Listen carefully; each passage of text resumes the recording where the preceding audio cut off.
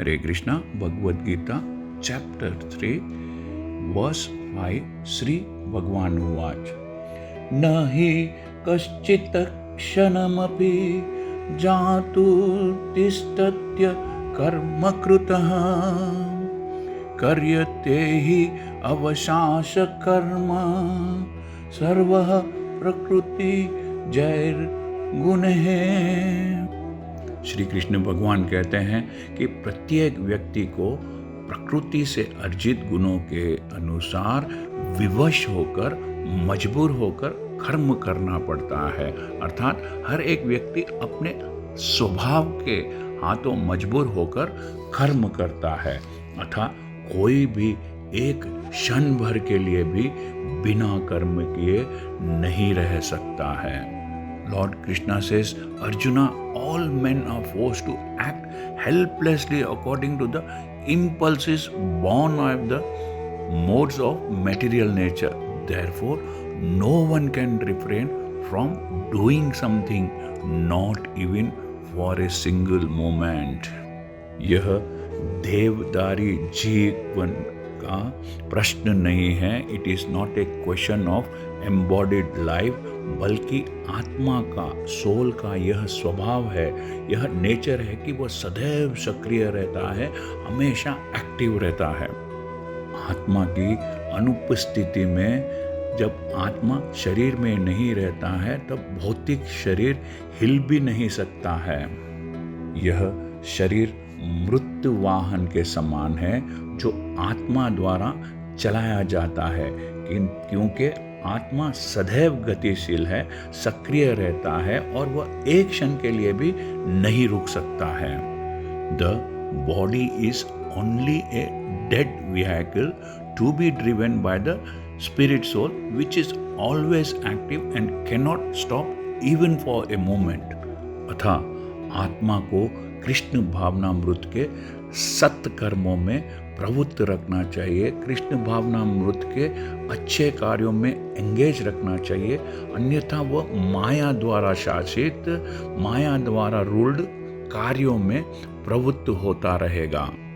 माया के संसर्ग में, माया के एसोसिएशन में आकर आत्मा भौतिक गुण, मटेरियल क्वालिटीज प्राप्त कर लेता है और आत्मा को ऐसे आकर्षणों से शुद्ध करने के लिए, ऐसे अट्रैक्शन के लिए, से प्योर करने के लिए यह आवश्यक है, यह जरूरी है कि शास्त्रों द्वारा कहे गए कर्मों से इन्हें संलग्न रखा जाए, शास्त्रों द्वारा कहे गए एक्टिविटीज में इन्हें एंगेज रखा जाए। किंतु यदि आत्मा कृष्ण भावनामृत के अपने स्वाभाविक कर्म में, नेचुरल एक्टिविटीज में निरत रहता है, एंगेज रहता है, तो वह जो भी करता है उसके लिए कल्याणप्रद होता है, बेनिफिशियल होता है। श्रीमद् भागवत द्वारा इसकी पुष्टि हुई है। उसमें कहा गया है, यदि कोई कृष्ण भावनामृत को अंगीकार कर लेता है, अपना लेता है, तो भले ही शास्त्र द्वारा निर्देशित कर्मों को न करवे अथवा ठीक से भक्ति न करे और चाहे वह पतित भी हो जाए, गिर भी जाए, तो इसमें उसकी हानि या बुराई नहीं होगी। किंतु यदि वह शास्त्र द्वारा निर्देशित सारे कार्य करे और कृष्ण भावना भावित न हो, तो यह सारे कार्य उसके किस लाभ के हैं।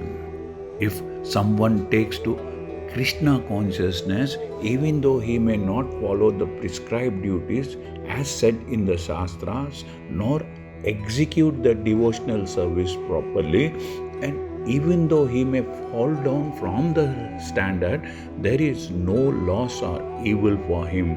But if he carries out all the injunctions for purifications as instructed by the Shastra, how does it benefit him if he is not into Krishna consciousness? अतः कृष्ण भावनामृत के इस स्तर तक पहुंचने के लिए शुद्धिकरण, प्यूरिफिकेशन की प्रक्रिया, प्रोसेस आवश्यक है। अतः संन्यास या कोई भी शुद्धिकारी पद्धति कृष्ण भावनामृत के चरम लक्ष्य तक पहुंचाने में सहायता देने के लिए है, क्योंकि उसके बिना सब कुछ व्यर्थ है। Hence, the purification process is necessary for reaching this point of Krishna consciousness. Therefore, sannyasa or any other purification process is to help reach the ultimate goal of becoming Krishna consciousness, without which everything is considered as failure. अर्थात भगवान कह रहे हैं कि हृदय की शुद्धि, the purification of heart बहुत ज़रूरी है, बहुत आवश्यक है। उसके बिना कुछ भी नहीं है। अर्थात आपको यदि कृष्ण भावनामृत होना है तो पहले आपको अपना हृदय शुद्ध करना पड़ेगा, आपको अपने हार्ट को प्यूरिफाई करना पड़ेगा। हरे कृष्णा। यदि आपको यह चैनल पसंद आया है तो सब्सक्राइब दबाकर सब्सक्राइब कीजिए और इस चैनल को लाइक कीजिए। Thank you. हरे कृष्णा।